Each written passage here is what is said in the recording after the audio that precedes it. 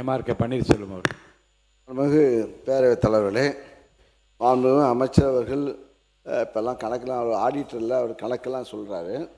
ஆனால் நாங்கள் எப்படியும் எங்களுக்கு நெல் மழையில் நனையாமல் 5 ஆண்டு காலத்தில் மழை நனைக்காமல் விட்டோம். இப்போ நீங்கள் ஆட்சிக்கு பொறுப்பேற்ற 3 மாதத்தில் இப்போ தொலைக்காட்சியில் பார்த்தா எல்லாம் நெல் மூட்டைகள்லாம் நனைந்து, அதுவும் அதிகமாக ஓப்பனில் தான் இருக்குது. இப்போ ஓப்பனில் தான் வச்சுருக்கீங்க. நாங்கள் திடீர்னு ஒரு மழை வரும்போது மழை வரும்போது நாங்கள் உடனுக்குடன் அங்கே அப்புறப்படுத்தி இங்கே பாதுகாப்பான இடத்திலே நாங்கள் குடோனில் வச்சோம்.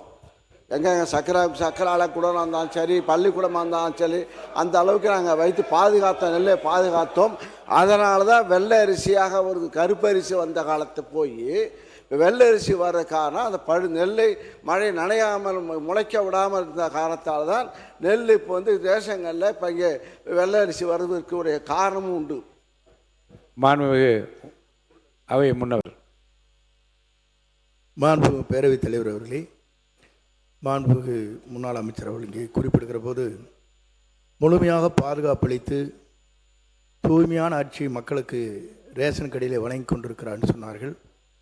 ரேஷன் கடையிலே வாங்குகிற அத்தனை பேரும் ஆற்றுக்கும் கோழிக்கும் தான் அதை தீவனமாக பயன்படுத்தி கொண்டிருக்கிறார் என்பதுதான் நாடறிந்த உண்மை. ஆகவே நீங்கள்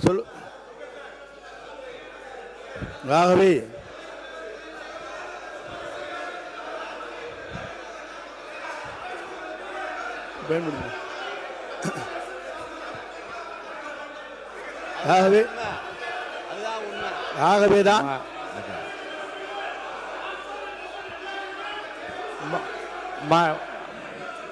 மாண்புமிகு உறுப்பினர்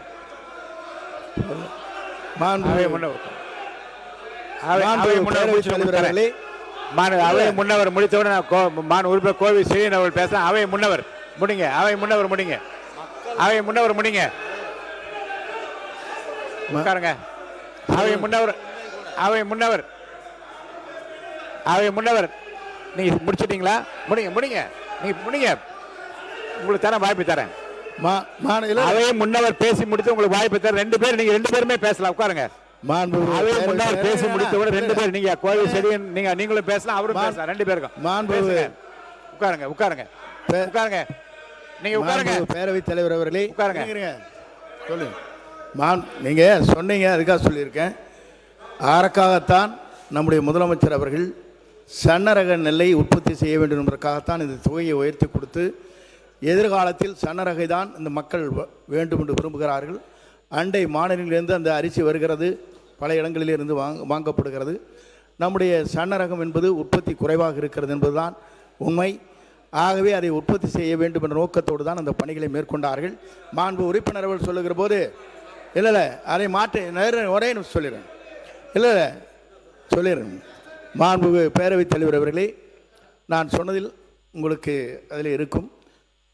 அதை சில பேர் பயன்படுத்துவதில்லை என்பதுதான் உண்மை. ஏனென்று சொன்னால்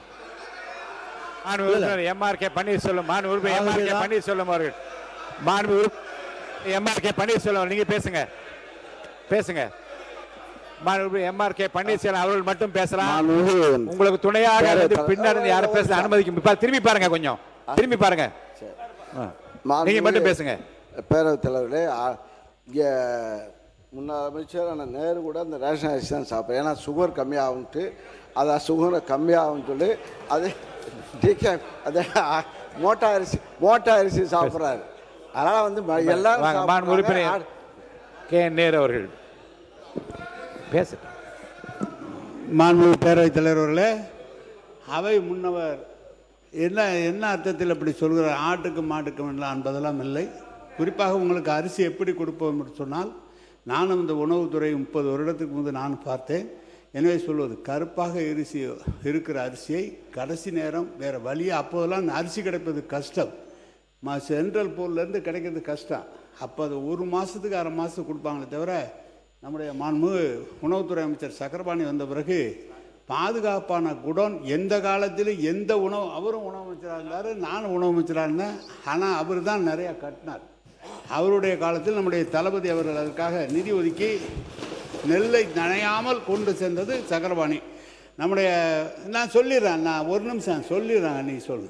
நம்முடைய அவை முன்னவர் சொல்கிறார், ஆட்டுக்கு மாட்டுக்கெலாம் இல்லை, இன்றைக்கி ரேஷன் அரிசி எல்லா மக்களும் சாப்பிட்றாங்க. நீங்கள் உனக்கு வச்சிங்க நீ ரேஷன் அரிசி.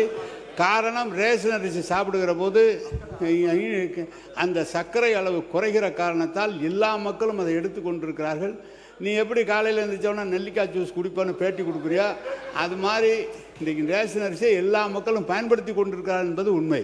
உறுப்பினர் அவை முன்னவர் மாண்பு பேரவைத் தலைவர் அவர்களே, சக்கரை நோயை தடுப்பதற்காக இந்த ரேஷன் அரிசி பயன்படுத்தி என்று சொன்னால் நீங்கள் கஞ்சி வைத்து கொடுப்பதிலே நாங்கள் வாழ்த்துக்கிறோம்.